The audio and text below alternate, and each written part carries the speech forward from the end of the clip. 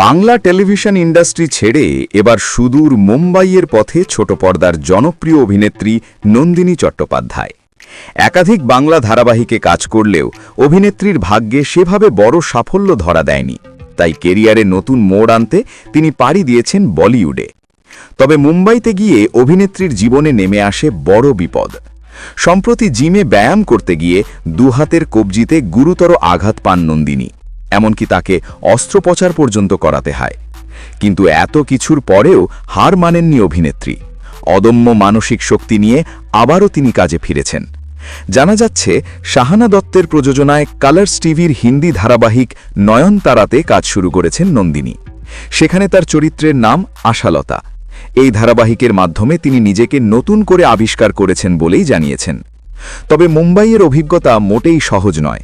নন্দিনী বলেন, অডিশনে পরিচয় দিতে গিয়ে বুঝেছি এত বছর বাংলা ইন্ডাস্ট্রিতে কাজ করেও মুম্বাই আমাকে চেনে না। আজও আমি স্ট্রাগলার। আর এবার নন্দিনীকে ঘিরে এলো আরও বড় চমক। শোনা যাচ্ছে খুব শিগগিরই জনপ্রিয় ধারাবাহিক কুসুমে তিনি খলনায়িকা চরিত্রে এন্ট্রি নিতে চলেছেন। প্রশ্ন একটাই, বাংলার নন্দিনী কি এবার কুসুমে ভয়ঙ্কর ভিলেন হয়ে দর্শকের মন কাঁপাবেন?